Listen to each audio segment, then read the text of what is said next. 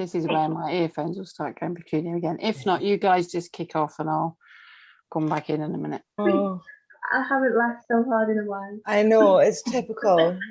Zoom gremlins. They're a new thing because of the pandemic. Zoom wasn't a thing before this. We've all had to learn on our feet pretty quick.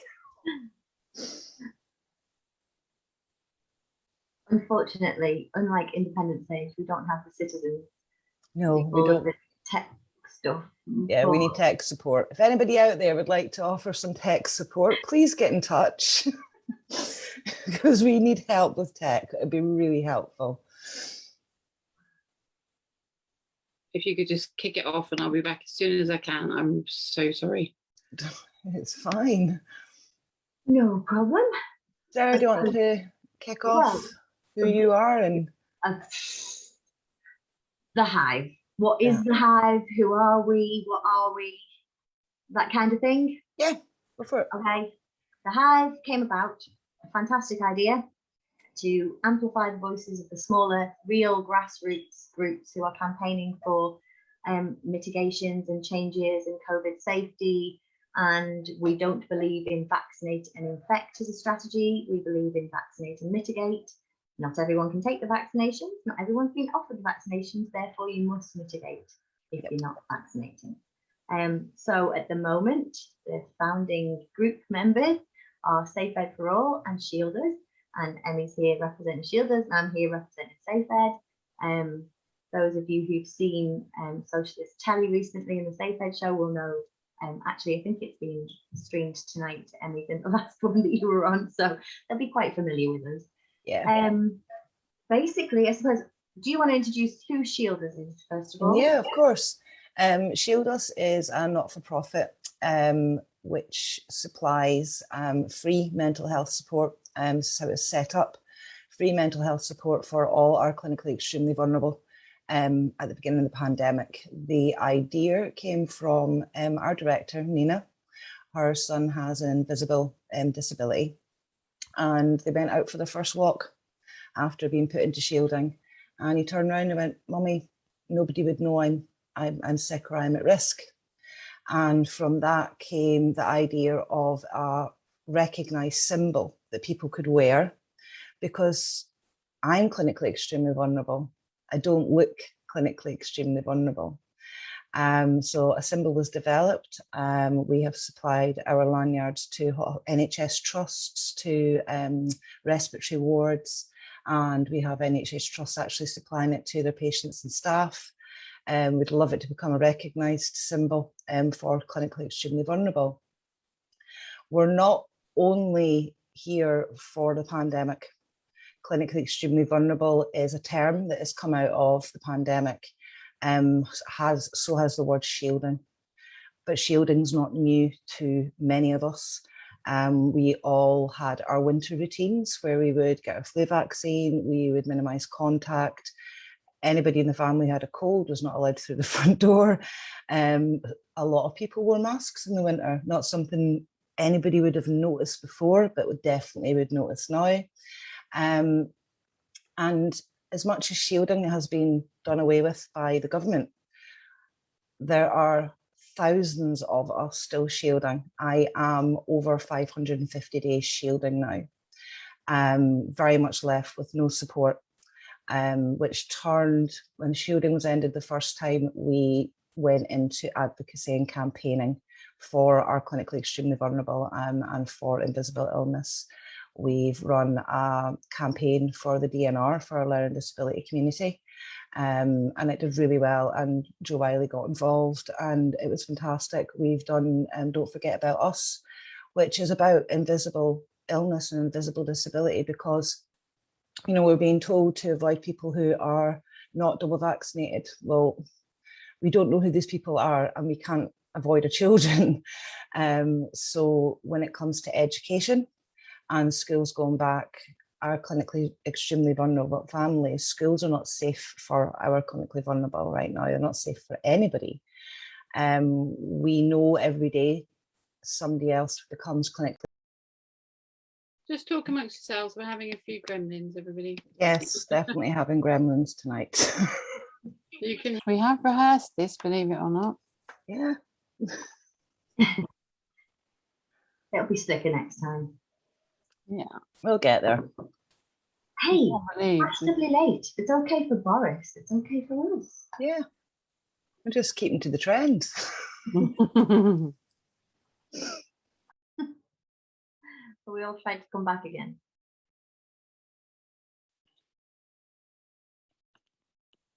Hey, you're back. Yay, we're back. Don't know what Go happened. on. I don't know where you were up to. I don't know what I was up It's to. the new Yeah. DNR thing. Yeah, our DNR campaign. We also did our Invisible Disabilities campaign. We're about to do a joint campaign with Zero COVID Alliance for our immunosuppressed. Our immunosuppressed know that the vaccines are not going to be as effective for us. I'm one of those people. I was told I would be needing a third booster, but there's word in the newspapers that might not be happening, and we need to have that verified by government. We also need the results of the Octave study, which was the biggest study in the world on immunosuppressed. They're now doing Octave Dual, which is working on a third dose. But for immunosuppressed, it's a huge problem. And we are going to be launching a campaign around about that. We're also working on a pack for schools to help schools support our clinically vulnerable children and families, because long absence from school affects every sixth classroom chair. This isn't a new thing, and there's very little support out there for our children. And it really comes down again to relationships between schools and the support that they get. So we want to try and put in an education resource, not just for teachers and not just for school heads, also for children, on how to support their friend who's maybe only there for half of the year. So that's something that we're working on at the moment. There's a lot going on with ShieldUs at the moment. Although we seem to be very quiet, there is a lot going on in the background. We joined the Hive. The Hive is desperately needed, especially for schools. We're down to CV families and their relationship with schools. It's a postcode lottery. Some schools have gone above and beyond and given so much support, and not just remote learning. I mean, emotional support, practical support, whereas other parents are being fined and forced to deregister and being thrown into a homeschooling situation on, literally overnight. It's not an easy thing. This is something that needs to be planned, decided, and if you can actually physically do it. A lot of us are trying to teach our children while battling our health as well. There's a lot of misunderstanding about what clinically extremely vulnerable or clinically vulnerable is. A huge majority of our clinically vulnerable, especially our immunosuppressed, are working age, parent age. And we need to really educate. We're looking to educate the public about this. There's an awful big misunderstanding between what it is, what the age group is, and what the demographic is. And we desperately need that. But for schools going back, we really need to work with the school leaders and the unions, because schools are not a safe environment. We don't want another child being exposed to COVID, developing long COVID, and then becoming clinically extremely vulnerable. I mean, we know every single day somebody is given a diagnosis, say, of cancer. That is life-changing. But then they're also told they're clinically extremely vulnerable, which is like a diagnosis of its own, because it's a whole lifestyle change. Going into shielding with absolutely no support is incredibly hard. We need a full support package. We need a minister for clinically extremely vulnerable. We need a seat at that table. And that's what we're driving for at the moment. We need our education safe. We need our workplaces safe. We need risk assessments that take into consideration a person's immunosuppressed status. But at the moment, there's nothing. There's absolutely nothing. But for our kids to walk into school knowing and carrying that weight around with them all day, that they could be bringing COVID home, which could potentially kill their mum, their dad, their sibling. A lot of these kids are young carers, and a young carer knows the person that they care for's health. They have an understanding of chronic health better than anybody because it's lived experience. That is what they live. They know the risks. They knew the risks already because, as I said, winter routines, what we do to keep ourselves safe. These kids aren't getting the support. There's no support in place for the clinically extremely vulnerable children expected back in.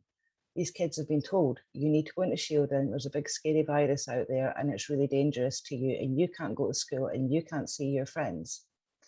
And then all of a sudden they're being told they've got to go into schools and nobody's wearing a mask and nobody understands, and there's no support for them whatsoever. The same as there's no support for the people who have had to continue shielding. The government know there are people still shielding. There is nothing out there. There's a bit of a website that's got a bit of vague information, and the personal, you know, you've got to have an appetite of your personal risk. Well, it's absolutely impossible, especially if you're immunosuppressed. We don't know what's happening with the vaccines. We don't even know how many antibodies we need. So to get antibody testing, which a lot of people have done, the scientists don't know how many antibodies we need because it comes down to B cells and T cells and how they work. There's so many unknowns, and the thought that Delta has not been modelled in our schools, that it hasn't been modelled. They don't know what the risk is, and we know it makes children sicker. So we have got clinically extremely vulnerable families with life-limited children who, if they haven't got a great relationship with their school or their school's not understanding, that's a decision. And nobody wants the child out of school. Nobody. I'd love my children to be able to go to school, but it's not safe for them or me. And something needs to happen now. Change needs to happen now. And that's why the Hive is so important, because we're all coming at it from different angles, but we're all coming at it for the same reason. And it's public health, not political health. It's public health. Politically, we have very few places we can go because there's so much political infighting within the parties. Do not get me wrong, there are some incredibly supportive MPs, but if you're not living in their constituency, who have you got to go to? It has to happen now. We cannot do this. We cannot go into this. We've got people, knowing that people don't have to self-isolate if they're double jabbed. That right there, the danger that puts people in, especially our immunosuppressed and our clinically extremely vulnerable, it's terrifying. And that's what we're at. We know clinically vulnerable people who have cancelled hospital appointments now because they don't feel it's safe to go to hospital. What's that going to look like in the winter when schools have opened, Delta and whatever other variant is here by then is ripping through our country? We've got children coming down with long COVID who are then, with organ damage, becoming clinically extremely vulnerable. This can't be allowed to happen. We don't want another person becoming clinically extremely vulnerable. It's a very lonely place to be. And that's what ShieldUs is. ShieldUs are there for the clinically vulnerable people. We are working really hard every single day, and we are being heard, but we need more voices, and especially more understanding from the school communities. We are desperate to work with teachers, we're desperate to work with heads, we're desperate to work with unions, because it's not just our pupils, it's our teachers, our teaching staff, our dinner ladies, our school secretaries. They're clinically vulnerable too, and they're in the same position. It needs to stop, and we need help. Thanks, Emmy. Couldn't have put it better myself, pleading that can somebody out there please start to listen. There's an opportunity here for the clinically vulnerable in our society who have been ignored for an awfully long time, who have been treated as an inconvenience. Right now, COVID actually has given an opportunity for those governments who care and those politicians who care, those medical professionals who care, those head teachers who care, to understand how chronic illness and clinical vulnerability impacts on a day-to-day life of a family, whether that is a worker within the school, whether that's someone who's working outside of the school and isn't a child themselves. All of our society, there are people with underlying conditions, which, as you say, not all are visible, not all are known, it's not always obvious, you know. This could be taken as an opportunity by those who care to actually raise the profile of, we have people in our society who have these conditions, so what can we do to make a society as a whole a more understanding society? Yeah. We're not asking for people to bend over backwards. We're not asking for unreasonable mitigations. We're not asking for anything that is impossible to achieve. We're asking to take some consideration, and there are some small things that people can be doing that can just make life a little bit easier for those with these clinical vulnerabilities to continue living, because at the minute the attitude is, you're an inconvenience, will you just go away, stay indoors then and let me live my life? It's something that I know has been said to you. I know it's over and over. about having an asthmatic child. Well, it's not my fault you've got a weak child. Yeah, it's impossible. That I mean, I really want here and now. So stay at home. Just stay home then. Yeah. Okay, so how do my children attend school? How do I pay the mortgage? How do I pay for food? How it is not that simple. Is just stay home. And unfortunately, the message was pretty clear that lockdowns were to protect our clinically extremely vulnerable, which has very much felt like we've been pitted against the healthy. And it's people say things online and they don't understand the hurt. They had an underlying health condition. Maybe they did, but an underlying health condition that was never ever going to limit their life.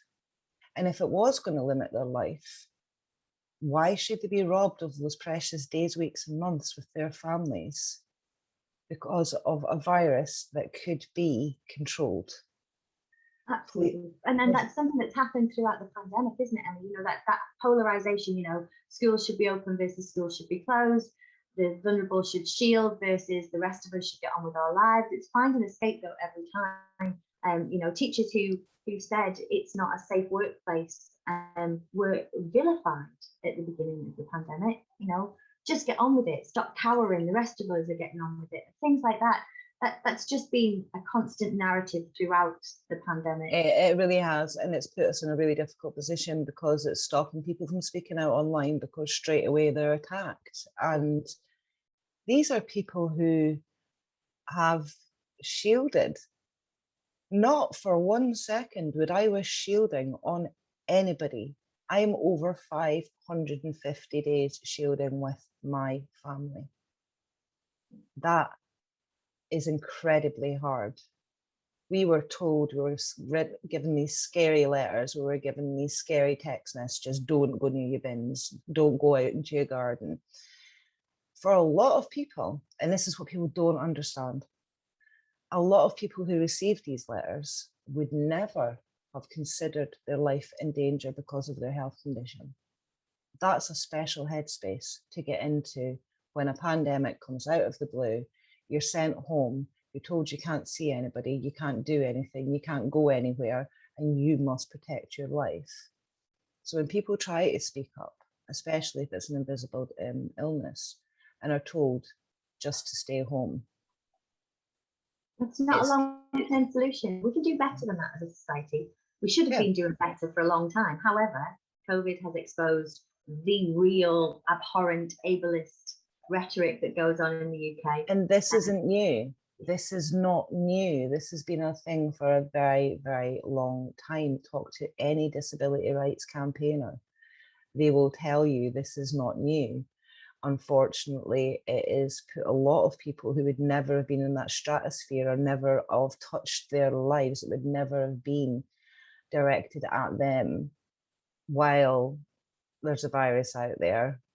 You know, it's incredibly hard. A lot of people find the term clinically extremely vulnerable to actually be discriminatory, and when they were offered sick pay, that was a real blow, because these are people that were are fully functioning, you know, human beings who would have been at their work had it not been for a virus that could kill them, and they were given sick pay.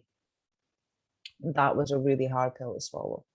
and now the sick pay's run out, and now people are in universal care, and now there's people who are clinically vulnerable who are now in state poverty because there is no financial support out there. Who are clinically vulnerable, and this is the problem. It's exactly the same as the problems we had before.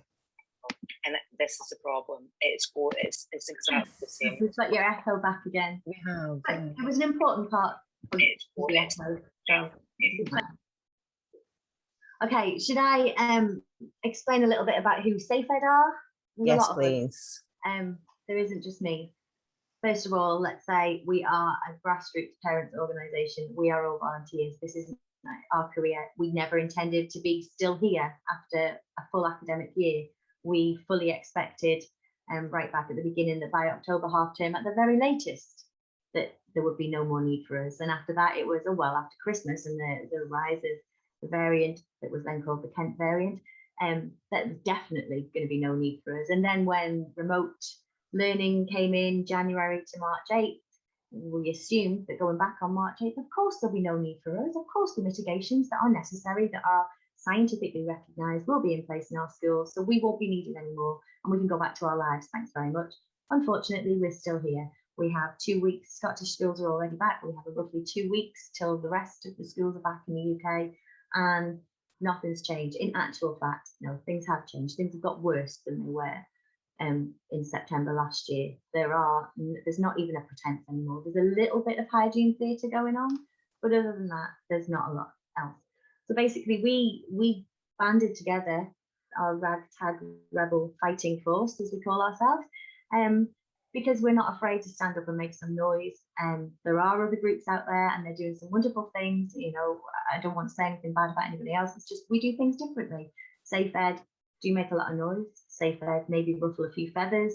SafeEd aren't afraid to call people out, and we're not afraid to praise those who have done so much. And there are some amazing school leaders out there. There are some amazing MPs, as Emmy's already mentioned, who are doing what they can and raising awareness. There are, however, some who aren't. There are some who are being obstructive. There are some who are quite clearly following the whole Great Barrington Declaration and pursuing a strategy of natural infection, which isn't proven to work with COVID. There is no benefit to having an infection, because whether or not that leaves you any kind of natural immunity, we don't know how long it lasts. We don't know what damage it does in the meantime. And no one can say at the moment, if you got it tomorrow, whoever you are, with whatever your circumstances are, you will definitely be okay and have no long-term consequences. No one can tell you that. Therefore, the best way is to avoid infection. Keep those infection rates suppressed and down. Pursue zero as far as you can. Zero COVID doesn't mean eradication completely. It means suppress the infection rates. There's less of it circulating. We're vaccinating people and we're mitigating. And anybody who tells you that mitigations are curtailing your freedom or mitigations aren't necessary, you tell me another risk factor in our society that we live with, even if it's a minute risk, that we don't attempt to mitigate. Yes, we can all say about the seatbelts in cars. That was resisted for a long time by people. Some people still resist it. However, it's been proven that that was a simple mitigation that everybody now does without thinking about, or not using your phone while driving, or traveling on an aeroplane. Yes, there's a small percentage of risk that somebody will blow up that plane, or somebody will go crazy with a bladed weapon or whatever. But we have airport security and mitigations, and have done. You know, it's just a part of life. We mitigate so that we can have freedom, so that we can carry on with life, so that we can have some kind of, well, we adapt. We're a species. We can adapt. And I've done a thread today on Twitter that the virus does that. It's just trying to survive. It's going to adapt. If you give it a pool of unvaccinated and developing bodies, if you give it a pool of partially vaccinated people, if you give it a pool of immunosuppressed people, it will adapt and it will find a way to survive. And why aren't we being as smart as the virus? Why aren't we as a species mitigating and adapting so that life can continue for all of us without discriminating against someone because they have some kind of condition, or without discriminating against, for example, the under 16s who are not going to be offered a vaccine that is, at the minute, it's approved for 12 and above in the UK. However, so there's SafeEd. We all started. We make a lot of noise. We shout a lot. We get into some spats with people. We support parents who contact us. Who some people, there is no one size fits all. We've said this before. There are some parents. There are circumstances where they cannot keep their children out of school, yet they know that that's not a safe indoor setting. So that I'm one of them. My boys are almost 13. I keep calling them 13. It's not 13. Almost 13 and 15. My youngest is asthmatic. My eldest had COVID in December. It wasn't great. It wasn't a mild illness. He took 5 months to recover. Luckily, some of those months between January and March were at home remote educating. So in part of his recovery time, he was at home. But I don't know what a second infection for him will have. I know that it won't be a great outcome. I'm not just talking death. I don't focus on mortality when I talk about COVID.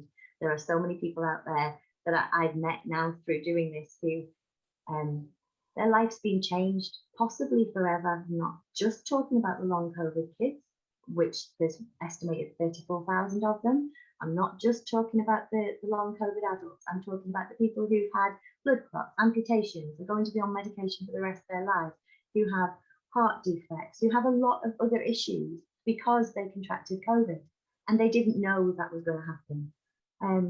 So SafeEd support everyone. We want safe education for all. And as soon as that's there, we're off. We're out of your hair. You'll stop hearing from us. We'll go away. So this isn't a long-term thing for SafeEd. This, you know, as Emmy and ShieldUs is advocating for clinically vulnerable people and for years, this isn't that for SafeEd. SafeEd are here to get a job done. The job is get in-person education safe for everybody who's involved. That's safe for those who work there. That's safe for those who have to do schoolwork there. It's a workplace for children. It's safe for those family members who are at home that those children come home to. Those children do not live on a child-only island. Those children do not live in a boarding school, all of them, where they don't come home until weekends or school holidays. They come home to diverse, multi-generational households that have complex and very different needs. And let's just make it safe for everyone. It's simple. It's not asking for anything that's unreasonable. So that's who SafeEd are. That's what we do. I think there's some questions from other people. Shall I have a look? I think I've got them on my phone here. Yeah, I mean, I was just about to say what the mitigations we need in schools. So ventilation, for a start. These are legacies. Putting these mitigations into schools, they also need to be in workplaces from a ShieldUs standpoint. But focus on schools tonight. This is legacy. This is going to help our medically fragile children be safer in school. They're not going to have the whole winter off if the ventilation is there, if the filtration's there, if the masks are there. It's going to help. And it's going to help our clinically vulnerable teachers as well. I mean, everybody knows what winter's like if you've got a kid. If you've got a kid in primary school, you know, first child in primary school, you're sick the whole winter because they pick up, you know, what they pick up, and it's their first time getting the winter nasties, and the whole winter you're sick. You know, these are legacies. These are things that are going to improve the whole school environment, and it's not a temporary measure. This can be kept, and it is going to help right the way through. Can I just say there's something that we're banging on about ventilation, and yes, we keep being told now, we're getting the public messaging from our own government that ventilation is key, you know, it's really important. Because of SafeEd, I've had to learn an awful lot. I've learned an awful lot in a very short time about ventilation. I am not an expert. However, there was a paper in 2012 by UCL with a small sample size, and it tested school ventilations, and it found that 67% of the classrooms do not meet the mean required CO2 levels. This is 2012. This isn't new news. No, it's this not. is something they've known about for a long time, and that it presents many problems when judged against relevant indoor air quality ventilation standards. So they knew in 2012 there was an issue. with a lot of schools, this sample was a small sample size, I can't remember the amount, but it was 67% did not meet those regulations. So what has been done since then? What has been done? Most of our schools rely on natural ventilation. Unlike American schools, I think it's the opposite way around. I can't remember the figure, but I think it's 80% of our UK schools rely on natural ventilation. Nothing wrong with that if you live in an area without air pollution outside. The only problem with natural ventilation is you can't control the direction of the wind on any given day. You can't control the direction of the rain as it comes into your classroom because you've got to have the windows open. So last year, something I noticed at my boys' school, something I was being reported, was that yes, the risk assessment says under ventilation, windows to remain open where weather permits. And when weather didn't permit, in the middle of October, November in Newcastle, the windows got shut.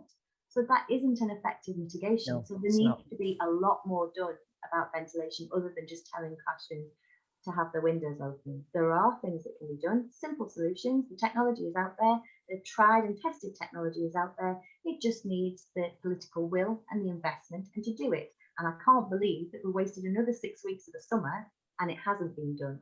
So what are we getting? We're getting a trial in 30 schools in Bradford. 10 schools get nothing, 10 schools get filtered, 10 schools get some of the purifying technology, I think. But we're waiting on the responses to our freedom of information request to get all the details of that. But I just think it's not enough. So as you say, they will have legacy benefits. They will, they really will. I mean, nothing new. If you've worked in a school or you're, teaching in the winter, in the afternoon, and all the children are tired and it's a stuffy classroom, and this is a thing, especially for medically complex children. As the day goes on, they do get more tired. And if there's fresh air coming in instead of that stuffy, it's going to help, but it's going to help improve the health of our children moving right the way through school years. It would help with norovirus.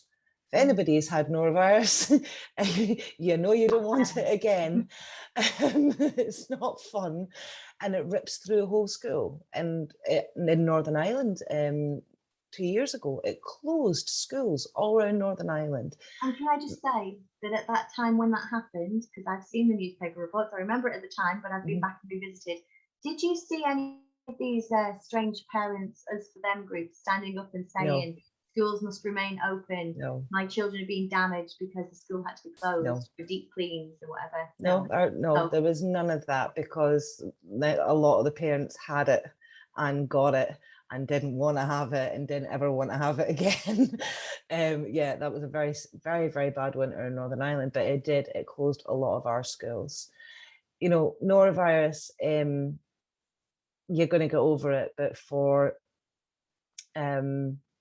medically complex children, norovirus is actually incredibly dangerous. So again, it's going to be a legacy that is going to help our CEV, but it's going to help all children.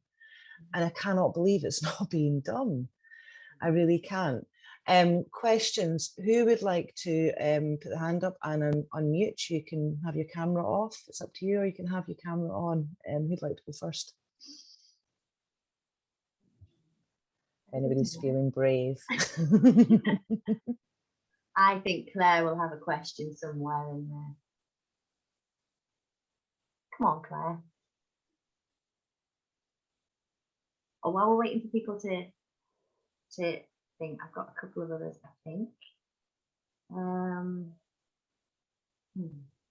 I did have a couple of others somewhere. I think there was someone talking about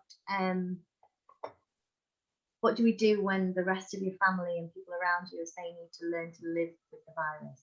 There you go. Do you want to take that one, Emmy? We'll bring you back in a minute, Claire. Yeah. Educate them as hard as it is. Right now, the best advice is you have to become your best advocate, the same as you would advocate for your child. It's incredibly hard because the information isn't out there in the public eye. There has been no public health campaign from PHA, from the Department of Health, from government to inform people of what it actually means to be clinically extremely vulnerable, clinically vulnerable. Something ShieldUs are working very, very hard to do, believe me. And it's left us having to advocate for ourselves and explain. And it's very, very, very hard. I would also say try and build a support network of people who actually understand. Yeah. Some of the most valuable conversations you can have right now is with somebody who is actually living it the same as you. Now, there's support groups for clinically extremely vulnerable and lots of different ones. Not every group is going to be your thing. You know, everybody's got their own personality, and try them. I mean, ShieldUs has support groups, and we also do one-to-one support as well.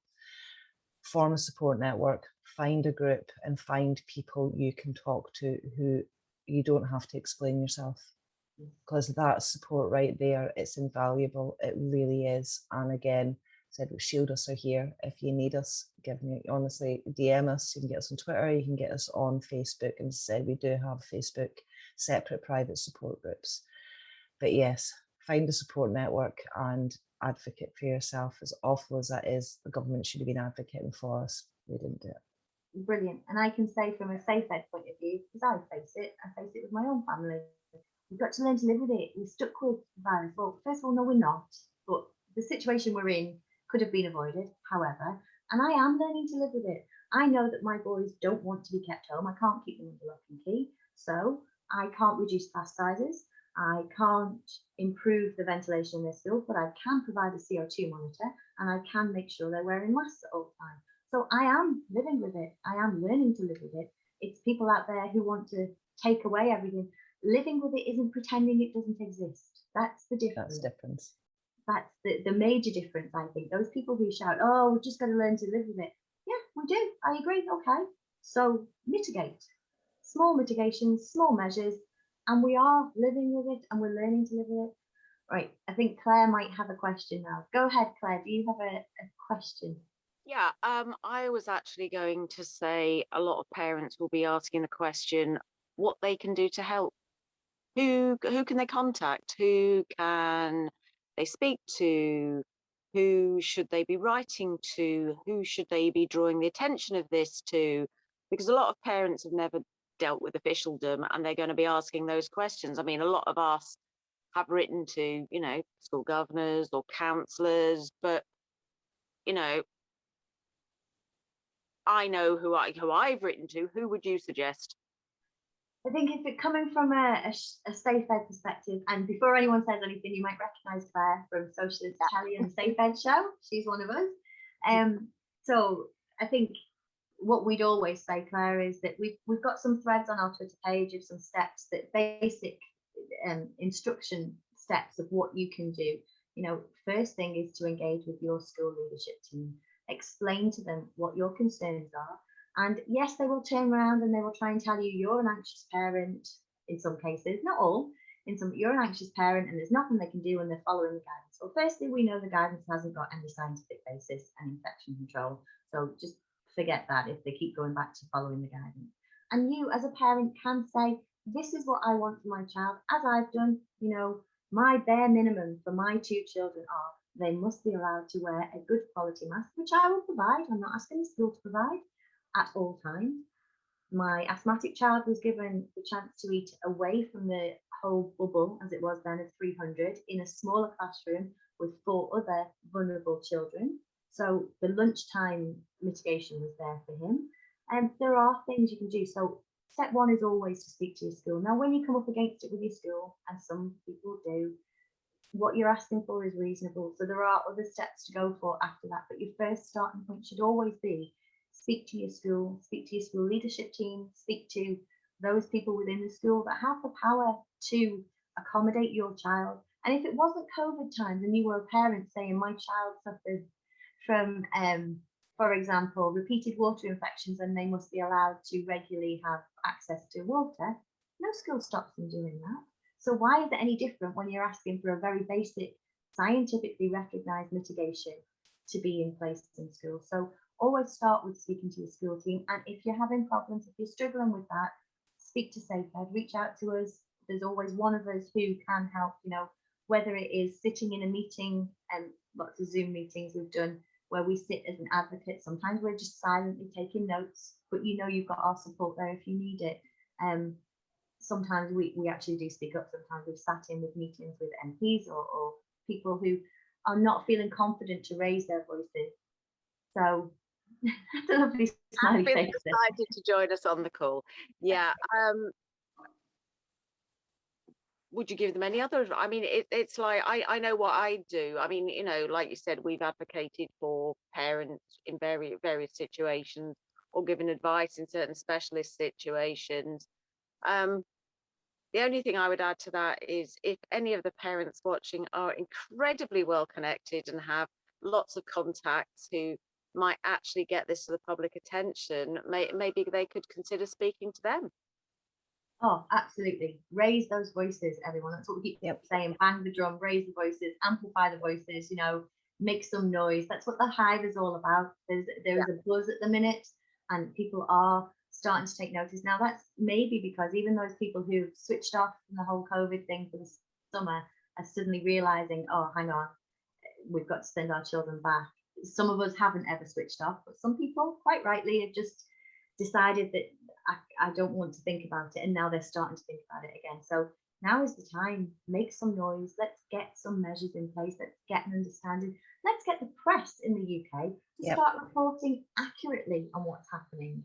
You know, they're very happy to report on the number of children isolating in any one time. They're not so happy to report on is it 74 dead UK children at the minute? Was it 1,000 or more in hospital with COVID in 1 month in July? 34,000 children with long COVID. Press aren't so great at mentioning those things. They're very good at buying into the gaslighting that we've all got, that we're all over anxious parents. Take a look at what's happening in the US. Take a look at the hashtag they survived COVID on Twitter. See what people are living with after surviving COVID. And think to yourself, well, why wouldn't I just want to avoid getting that in the first place? So yeah, definitely, Claire, well done. Anybody who can do anything, stand up, however small, whether it's just asking for some support for yourself or whether it's supporting another parent or whatever you can do, please do as much. Always, always, always, if you are struggling, do not sit and struggle alone. There is a lot of help. We've done this for a long time now. We have resources. We're in the same position for advocating for families.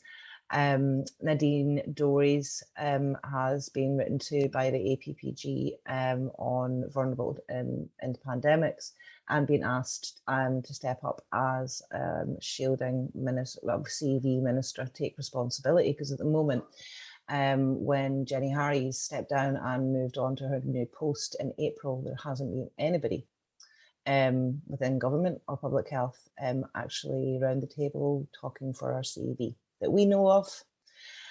But this was all over Freedom Day. There was nobody actually responsible for our clinically extremely vulnerable. Advocating for yourself and advocating for your situation and your real lived experience, anybody can submit to APPGs. They want to hear from us. They can't move forward. They need to hear the real life story or to actually take it forward. And we really desperately do need to get somebody within government to step up and take on the responsibility of being the voice of our clinically extremely vulnerable. Definitely advocate for yourself, but you don't have to do it alone. You're not alone. We are here for you. I think that's the major thing that the Hive is trying to show people, and ourselves and ShieldUs and the Hazards campaign is supporting us and part now of the Hive and helping us with all of those collaborative projects where we're trying to get the information to school leadership teams, we're trying to get the information to workplaces and employment tribunals that people are going through. The Hazards campaign are being fantastic and have come on board and are helping in that way, as they've always done actually since 1987 or something. So it's not a new campaign. You know, they've been here pre-COVID, they'll be here post-COVID, but they're really willing to help us at the minute. I think there's another question from someone, which was, can I ask if you can hear me? Yes, we can hear you. Yay! We've got our coordinator back. We have. I do Now you can keep apologise. your chest I and have stop had, waffling. yes, I'm back. I have the questions and I am very sorry. And I know we're overrunning, but I did have a huge introduction for Sarah and Emmy, and I am going to say it because they are complete powerhouses and my own personal idols because of what they have done and what they continue to do. And they all have busy families and family commitments, and this is not a job they ever chose to. So absolute heroes. And I really wanted to say that. Anyway, let's get on with the questions. Cry. Always. I know. No, you are. People, I don't think people realise that it's Twitter from the second you wake up to the moment you go to bed. Okay, Brilliant. right. The first question we had come through was, my daughter has to return to in-person lectures in uni with 250 plus pupils on her course. She's CEV, but no provision for online option, and she's terrified. She's rung me in tears. She loves her degree, but doesn't want to die at age 20. What can she do? Firstly, she has been given the green light by the government to take personal responsibility to mitigate her own risk. Now, if she chooses to wear a mask, if she chooses to keep some distance, if she chooses to ask her lecturers and the university in writing to make provision for her and they refuse, then she has that in writing and she has a place to go with that. Now, if she does that and gets in touch with ShieldUs, ShieldUs can help support in that case with a clinically vulnerable young person. But that's the first starting step. It is now being said publicly that we are all responsible, all personally responsible. So we're all quite entitled to take our own personal responsibility and demand, this is what I'm going to do to mitigate my risk. And if that is wearing a mask, if that is attending only 2 hours per day or whatever, they're the demands. You're mitigating your risk. Now it's up to that university to then, in writing, always get it in writing, to either agree or deny your right to mitigate your risk first and take personal responsibility. And from there, you can go on with what the next steps would be, and ShieldUs can support you in that. Yep, definitely. I mean, the need for continued remote learning for clinically extremely vulnerable and clinically vulnerable, this is a must. Bearing and universities can do this. Look at OU, the amount of online learning degrees that are available. Universities have also got to make reasonable adjustments for disability. Now, this is something that ShieldUs are looking at because, yes, clinically extremely vulnerable is a term, it's terminology, but it is almost like a diagnosis of its own. And we need clarification of whether that falls under a disability. If it falls under disability, then we can move into disability rights, especially within education. And universities do have to make reasonable adjustments for disability. So definitely get in touch with your course coordinator, definitely get in touch with your disability services within university, and see where they are at, because every university is going to be a little bit different. And please, please, please get in touch. We'll do whatever we can to help, definitely. You're not alone. There are some universities setting a good example. I know that Claire has highlighted before that Cumbria University is doing some setting a good example and are supporting clinically vulnerable and also supporting anybody in terms of keeping some mitigation. So whilst we know there are shall we say, those who aren't responding in the way they should be responding as a socially responsible member of society or socially responsible institution, there are some that aren't, so that are. Okay, lovely. And the next one, which is the hot question really, is could schools or government be challenged on safeguarding grounds for not preventing impairment to children's health? Yes, I think they can. We've looked into it and we're still looking into it, and we're negotiating and discussing with 2 law firms at the minute. The problem is we need a law firm who is willing to take this on as a case. We'll crowdfund, we'll do whatever to raise the finances to do this, in the same way that a Good Law Project has taken on the procurement issues. We You know what I just did there, don't you? Okay, I'm spraying my dog to be quiet. Sorry. Oh, we're so slick, aren't we? Oh, we So are. yes, we are looking into it. At the minute, part of the problem with the education issue is the government, and whether they did this intentionally, I couldn't possibly say, wrote guidance. And in that guidance, they say this guidance does not absolve you from following health and safety legislation. Health and safety legislation says that all risks must be identified and mitigated to the lowest practicable level. The guidance then tells them, so follow the health and safety legislation, but then do this, which is have no bubbles, which is seat children in rows facing forward, which is open a window where weather permits, which is not a masks aren't recommended in classrooms, which goes against what the health and safety legislation would say. They'd say identify risk of airborne transmission when in an enclosed space. They would say adequate ventilation is necessary. Masks should be used as a measure that is scientifically recognised. So there's this problem. Now, whether the DFE's guidance was written in such a way to make sure that they completely always had the slopey shoulders, the Teflon coating, that nothing sticks on them at the minute, I don't know. But it's looking from what the discussions we've had, and I'm not a lawyer, I'm not a legal expert, it's just the discussions we've had with the law firms who are willing to speak to us. At the minute, it is looking like it will only be an individual case against an individual school or an individual school leader or an individual person who signed a risk assessment that was then found to be inadequate in a legal challenge that will be able to take legal action at the minute. Now, that's just right now. Yep. 2 years down the line, when the inquiry comes in, yes, I'm certain there will be plenty of law firms clamouring to do class actions against the DFE as a whole. I hope.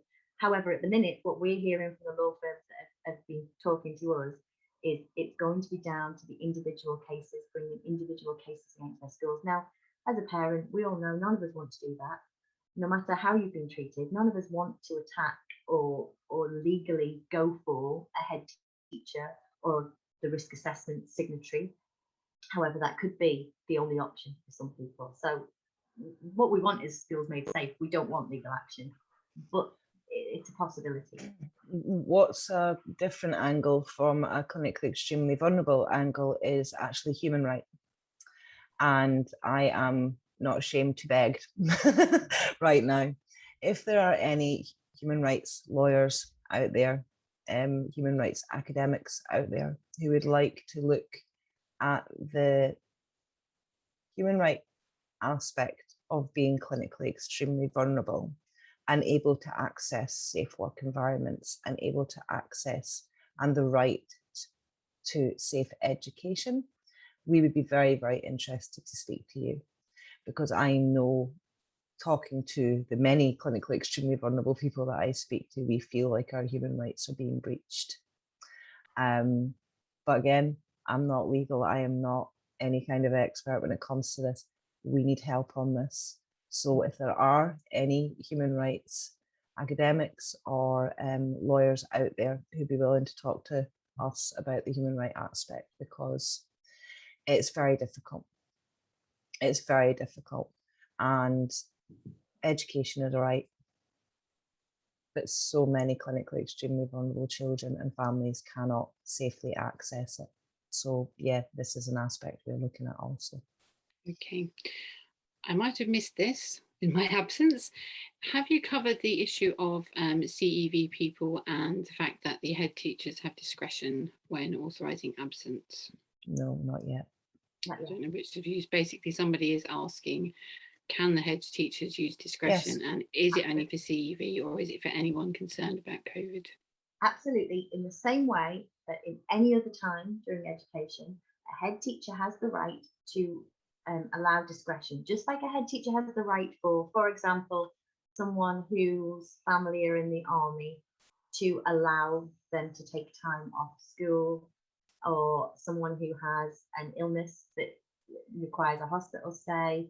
They can authorise the absence. They've always had that discretion. That was confirmed by Nick Gibb in his reply to the Public Information Law Centre. Yep. Is that the right thing?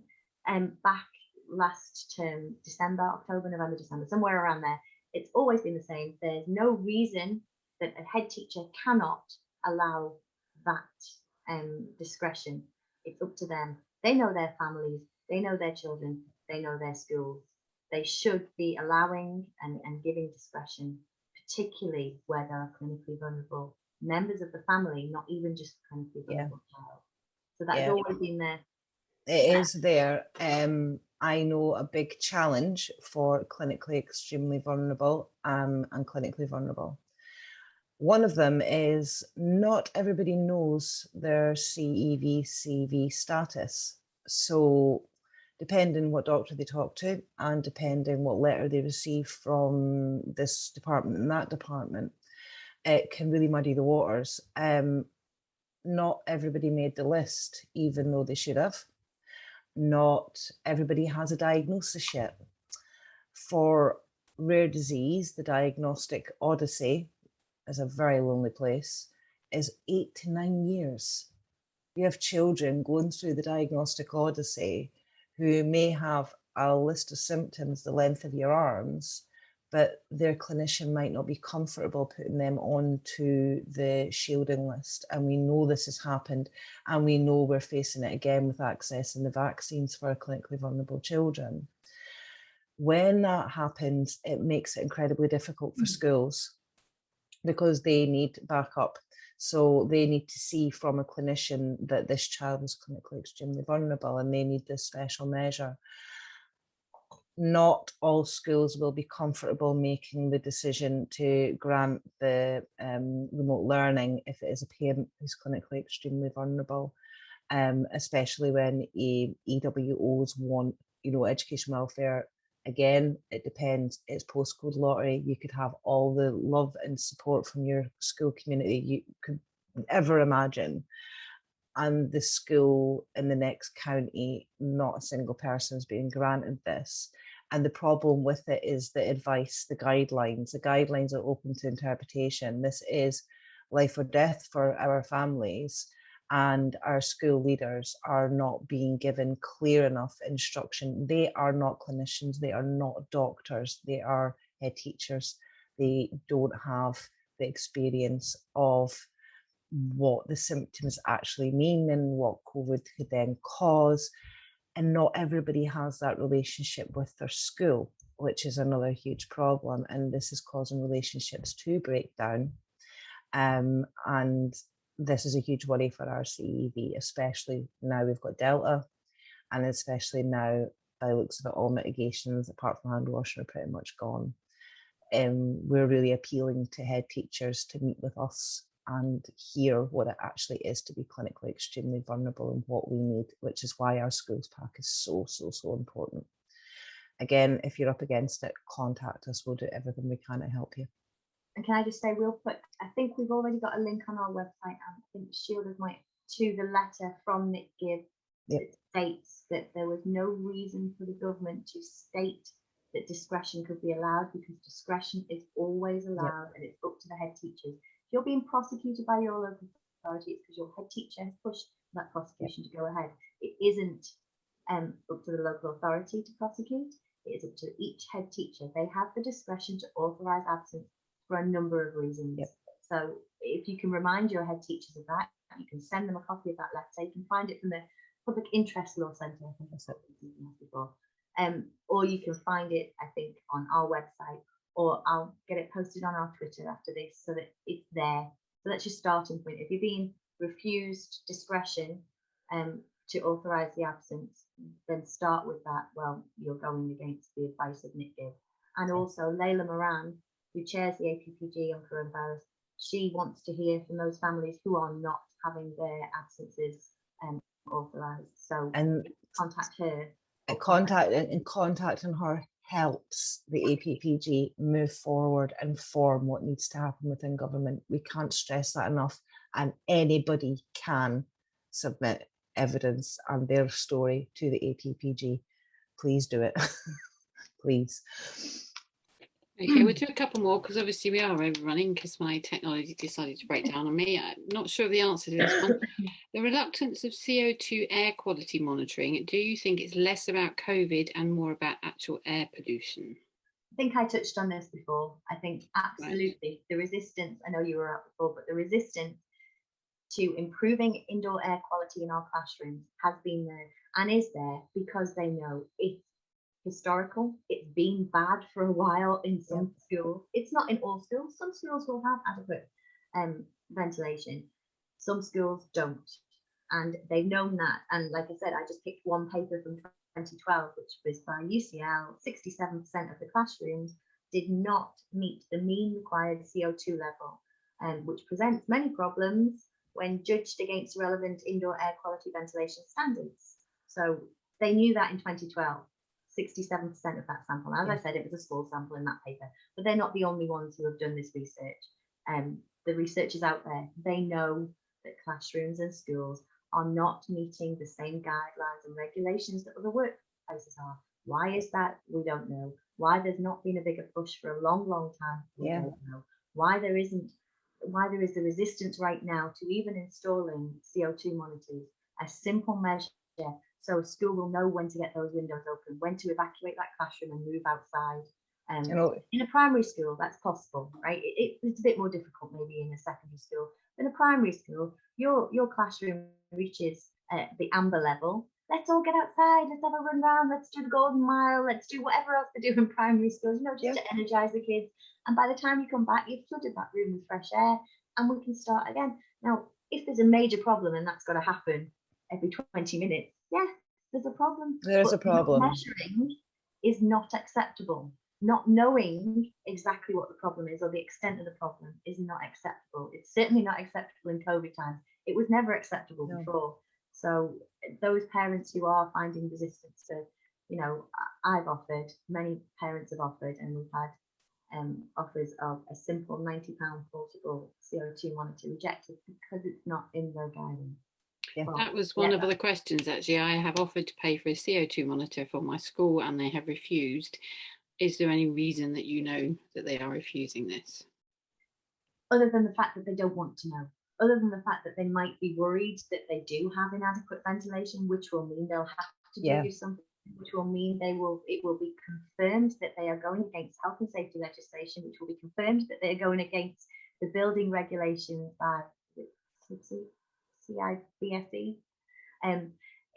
If you measure something and you have the hard evidence, you cannot ignore it any longer. So perhaps they are ignoring the offers of CO2 monitors because they worry that, you could be found inadequate ventilation. What do we do then? And where does the money in schools? Our school budgets are so tight, and school leaders have got to be concerned about where the money is actually going to come from to actually make the changes that need to be made. Again, this needs to come from government.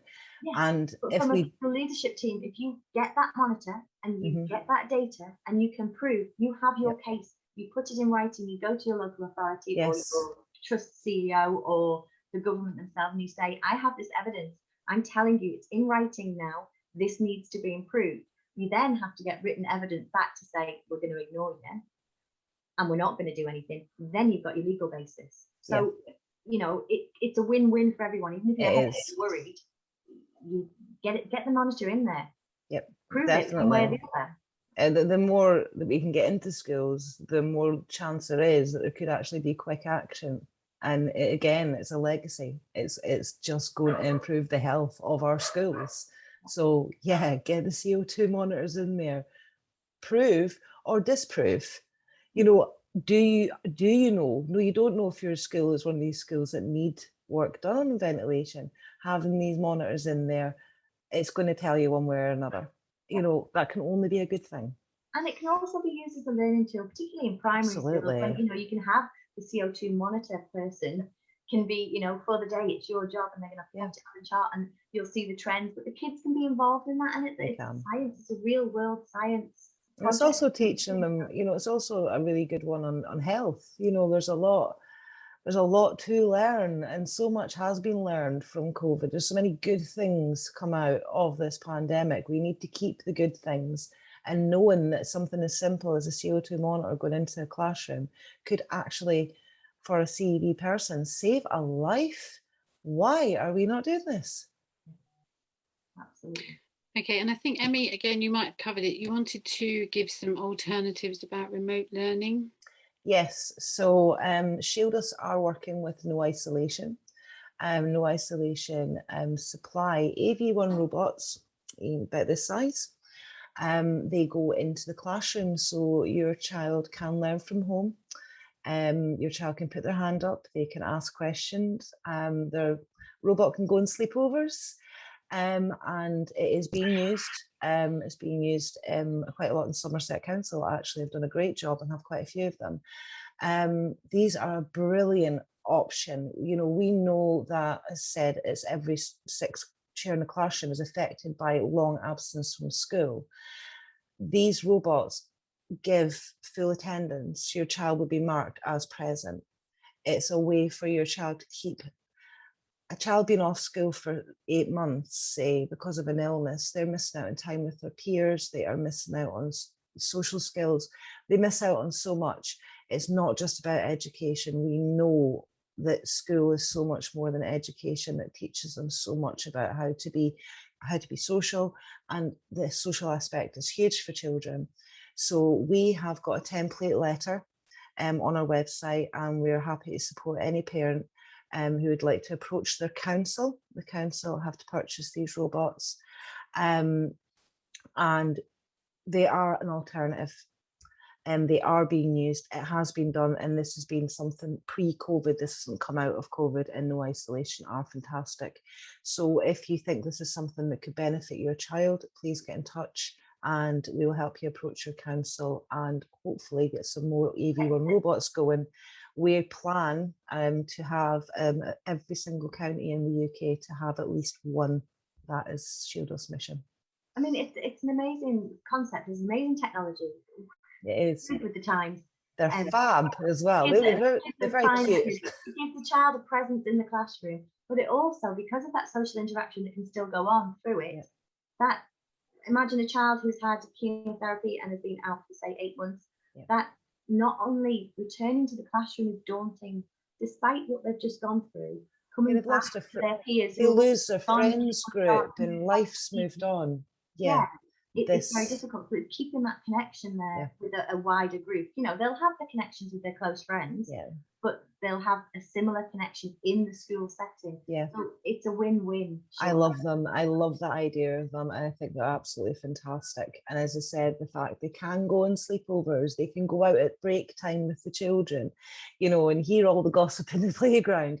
It's not just about education, and I think they're absolutely wonderful, and they really could change so much for our children that have got long-term chronic health, and they should be an option, and every county in the UK should have these available. And they can find the letter for that through. It is on our website, on ShieldUs website, and again, it will help in any way we can. That's no problem. Please get in touch. And the last question, which is a bit of a cover-all, is a lot of people have actually said, can we get involved with your organisations? Please do. Yes, please do. If you have any skills you would like to share with us, we would love to have you. If you would just like to add your voice to our campaigns, we have a campaigns group. There's so much work to be done. And like any grassroots organisation, we're a very, very, very, very small team. And we want to do so many big things. So any help at all, please get in touch. And if you want to add your voice, or you have an idea, or you want to share your story, we will happily do that. Another thing we will happily do is share your story anonymously, because I know chronic health is a very personal thing. So yeah, please get in touch. Can I just say from Safe Ed, more hands, more the merrier. We don't have a leader. We don't have a responsibilities. Somebody does this, somebody does that. We are, you know, on the fly. So if you've got something you can offer, something you can do for us, some way you can help raise that message, amplify the voices, do so. And obviously at the minute we have a collaborative Hive challenge going on. You know, think of it as the ice bucket challenge, if you will. We've got people making their personal appeals. It's based around safe education. And we've got people from ShieldUs, we've got Safe Ed, and we've got other people. There's 2 ways you can do it. You can do it anonymously with a mask challenge, with the Hive mask task, which is brilliant. So you stick on any mask. Better if it's a celebrity mask and then tag them in it. That's even better. And you can hold up, it's all the details are on the Hive Twitter. You can hold up reasons why you want Safe Ed. And then, or you can do a personal appeal, which, you know, getting those voices out. Already Lisa, one of our founding members of Safe Ed, has like 140,000 views of her appeal. You know, let's get that up, let's get that to 200,000, let's get the press talking about it, let's see the thread, those powerful stories. I know we've all done one. Yeah. When you see that thread one after the other of the people pleading that what we want is our education made safe for all, and that making it safe for all is different for different people, because making it safe for a clinically vulnerable child may be very different than making it safe for those children who don't have underlying conditions but still shouldn't be unnecessarily. Yeah, absolutely. So everyone's got a different story. We always say no one size fits all. So come along, raise your voices. And like Emily just said, if you want to do it anonymously, if you don't want to do it from your own Twitter account, or you don't want to say your name, you can wear a mask, or you can DM us your video and we'll just put it on the thread and we won't identify you in that way. So, you know. Yeah, there's lots of different ways we can do these things anonymously. So yeah, please don't feel that you can't share your story. Everybody's story is vitally important and needs to be shared.